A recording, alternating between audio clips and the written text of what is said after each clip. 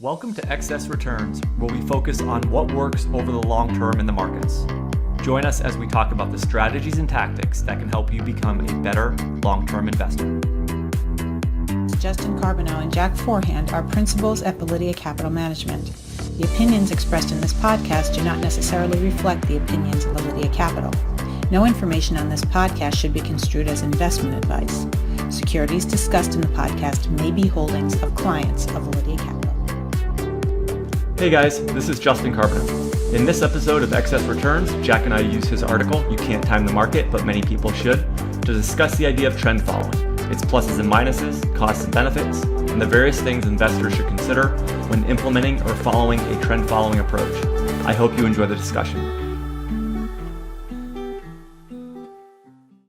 So, maybe to start, let's just talk about, and this is what you actually highlighted this in your article, market timing requires two decisions, right? The decision to get in and the decision to get out. So maybe let's start there as a baseline. Yeah, I think a good place to start is that there's so many experts that try to time the market, but it's important to understand that everything that is publicly known, for the most part, is in market prices already. And so for me to be able to time the market, I have to take those expectations that are embedded in market prices, and I have to be able to have a divergent opinion, and I have to also be correct. And like you said, when I decide that the market is overvalued, I have to be able to get out at a reasonable time relative to when it actually starts going down. And then I also have to be able to get back in at a reasonable time relative to when it starts going up. So if you look at 2008, I had to be somewhere in the vicinity of where the market, of where the market started going down. I couldn't get out in December after most of the decline had already happened. And I also had to be back in somewhere near March. I couldn't be back in November of the next year, or my market, even if I got one of the decisions right, the other decision would offset it. So like you said, you have to get two things right to time the market. And in general, that is almost impossible to do, which is why you see almost anybody who attempts to time the market fail. Right. That's a good point. Usually most people are making these decisions after most of the decline happens. Bear markets tend to be pretty consolidated they're much shorter than bull markets. So usually in bear markets, the vast majority of the declines come pretty quickly in a pretty short period of time. And then people make the decision, let's say, to reduce their equity exposure, and they're doing it at the exact wrong time. But I also think that relates to the chart you had in your article, which showed the peak to trough declines in these major bear markets. So since 1930, there's been approximately 20 bear markets in the U.S. equity market, and that means they come around once every 5 years or so. The declines range anywhere from a worst case scenario, which was down like 80% in the Great Depression, to down like 20%, which is a shallow bear market. But the point I think you were making in that article was it's during those declines that people get most emotional and people tend to make the biggest mistakes when trying to time the market. Right. So if you're going to have any sort of strategy that rotates in and out of the market, I think the best thing to do is to have it be systematic. Because like you said, when these declines are happening, you're not thinking straight. Even the experts, even the best people are not thinking straight. They're thinking the world is coming to an end. They're thinking we have major, major problems that we're not going to recover from. So trying to make those decisions under that level of emotion is almost impossible. And we'll talk about trend following later, but that's why I think if anybody is going to attempt to make decisions to get out of the market at a certain time and get back in the market at a certain time, I think it's really important that decision be a systematic one to limit those emotions. Mm-hmm. Okay. So obviously where we are today, so it's February 2020, the market's at all-time high, Dow's almost at 30,000. And, based on most valuation metrics on the overall market, whether you're talking the Shiller PE, Tobin's Q, stock market to GDP, which is an indicator that Buffett supposedly likes, the market looks and has looked for a couple of years now pretty expensive. And I think one of the points you made in the article was, making market timing calls based on valuation is very difficult. Yeah, valuation can be helpful from one perspective. Valuation is helpful in predicting 10-year plus returns. So if I want to say what are my returns going to be over the next decade plus, I can look at the valuation now, and when that valuation is higher, my long-term returns are likely going to be lower. When that valuation is lower, my long-term returns are likely going to be higher.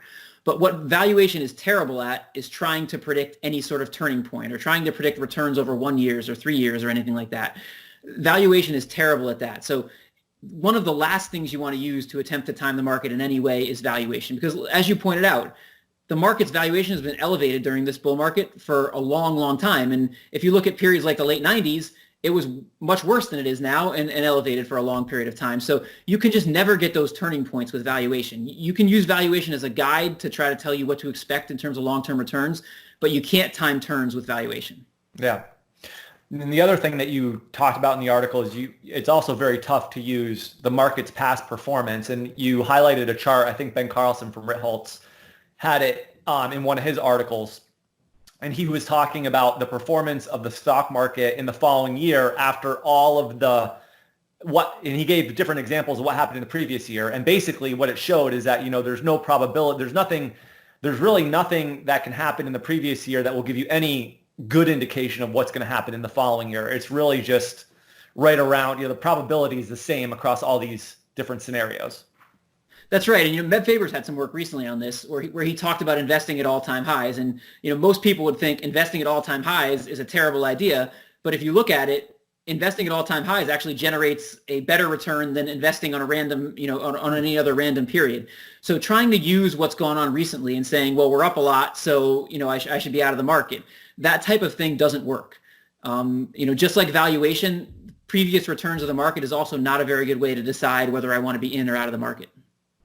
Right. So that kind of leads us into this concept of trend following. So maybe to start, do you want to just talk about what trend following is? And then we can talk a little bit about, speaking of Meb Faber, and Meb wrote that paper, A Quantitative Approach to Tactical Asset Allocation.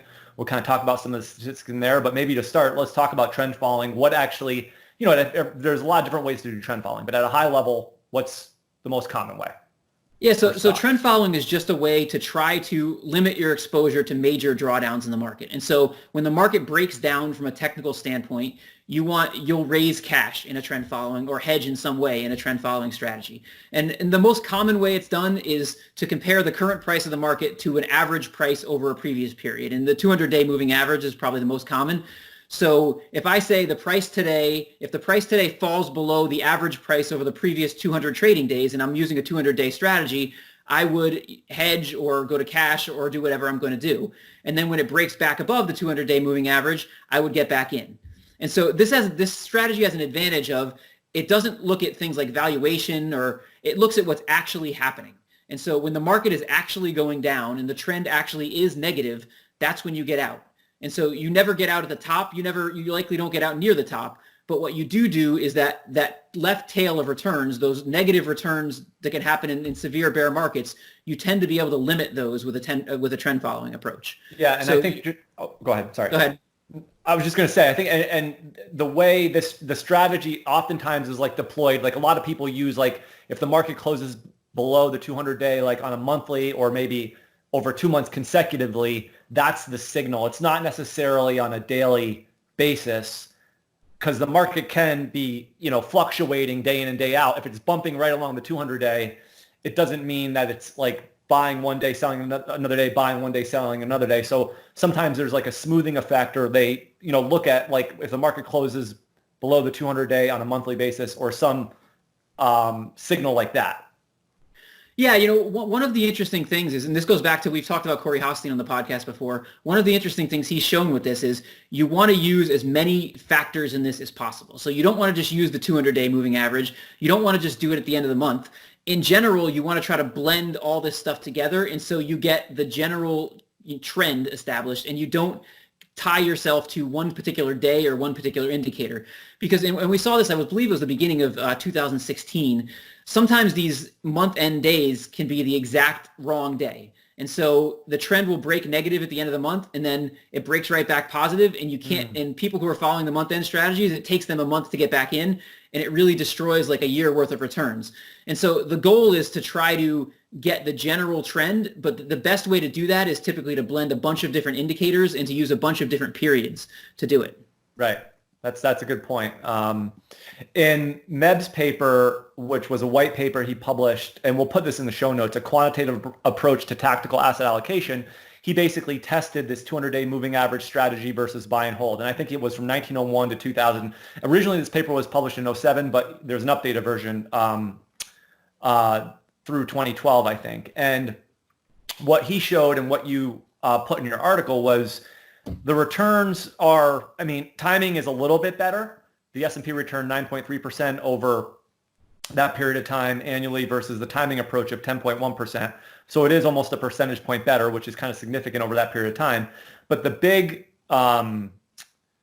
benefit of a strategy like this was the volatility and the maximum drawdown were significantly less with timing. And so I think the point there is that going back to how emotional investors can get during down markets, a trend following approach or technique like this that can substantially reduce volatility could be beneficial potentially for those types of investors. Right. As we talked about before, when emotions are at an absolute high during these bear markets, this is going to give you a hard and fast rule as to when to raise cash or hedge or whatever you're going to do.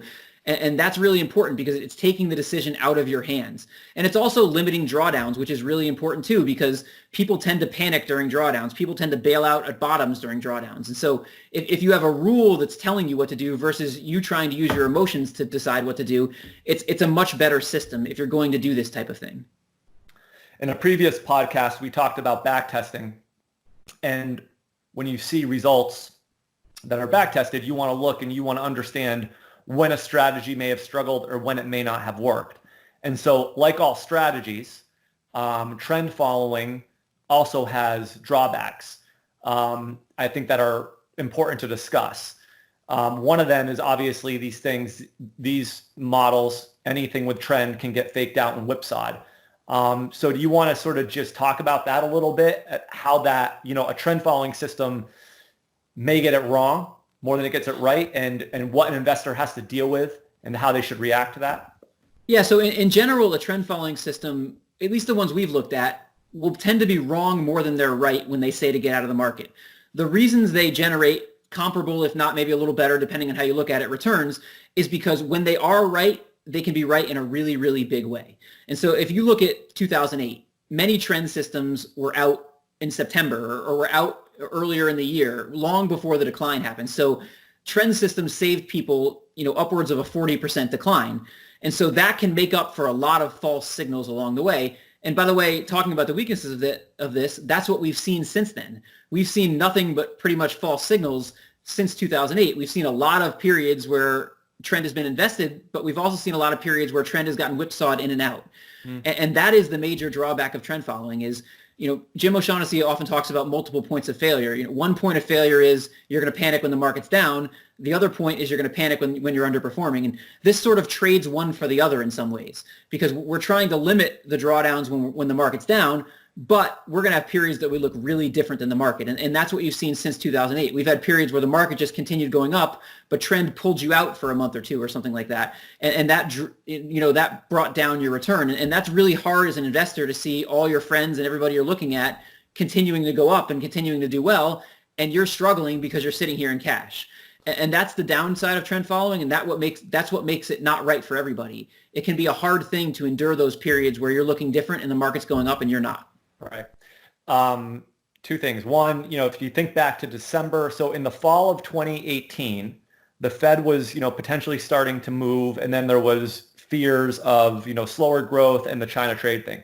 Stocks basically fell. I mean, the S&P essentially fell from September through late December 20%.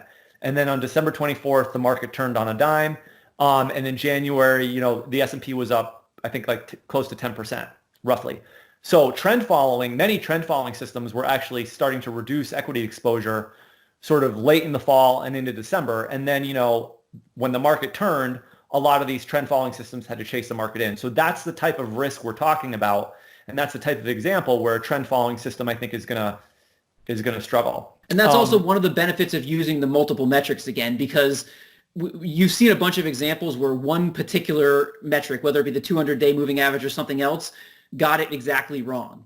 And so if you're using multiple metrics, you're still probably going to struggle relative to buy and hold because you're going to be raising cash to some extent, but you're not going to be making this binary choice where I go all the way out and then the market keeps going up. So that's one of the reasons the multiple metrics can really be beneficial. Yeah, for sure. The other thing I was going to mention is, we do run sort of this trend following overlay on a number of different asset classes and models that we run to track the performance of those with trend following versus buy and hold. And something like commodities, which commodities have basically been a train wreck for like the last, 12 years or whatever, since the great financial crisis. It's interesting with that because, in an asset class that is really in a long-term, really bad downtrend, but has had periods where you get these bursts, at least with the trend following system that we track, it's actually helped quite a bit with commodities and some of these other asset classes that have really struggled. You've actually tended to see much better results versus buy and hold. So I just think that's interesting with some asset classes. Yeah, and even when you look at the long term, one of the things about trend is that it has been robust. It has worked across various asset classes. No matter what you apply trend to, it tends to show positive results over time. It may not outperform the buy and hold approach, but at the very least, it's producing a comparable return and doing so with less drawdowns and less volatility. Great. So, I think that's a good summary of sort of the what you want to, I guess, be careful about with market timing, but also if you are going to market time, maybe trend following is a way that some investors might be able to do it. To your point, you don't want to use just one signal. A series of signals can be useful. But like anything in the market, there's pluses and minuses, there's failure points, there's risks. And so I think, you just got to be careful about that. And you got to find the strategy or the set of strategies that helps you avoid those emotional mistakes when the times get tough. Yeah, there's a tendency to think trend following is this holy grail of investing when people see it because they see something that manages these large bear markets and these large drawdowns and they think that's something for everybody. But the truth is everything in investing has positives and everything in investing has negatives. And in the case of trend following, one of the positives is you'll limit these large drawdowns, but the negative is you're going to have periods where the market's going up and you're going to be sitting in cash. And that can be really hard for people to do.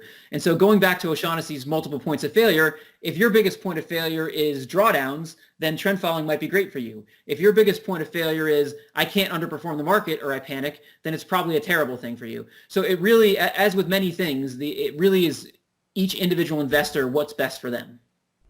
Great. That's a great way to conclude this discussion, I think. So thank you everyone for joining us. We hope to see you next time. Thank you. Hi guys, this is Justin again. Thanks so much for tuning into this episode of Excess Returns. You can follow Jack on Twitter at @PracticalQuant and follow me on Twitter at @JJCarbonneau. If you found this discussion interesting and valuable, please subscribe in either iTunes or on YouTube, or leave a review or a comment. We appreciate it.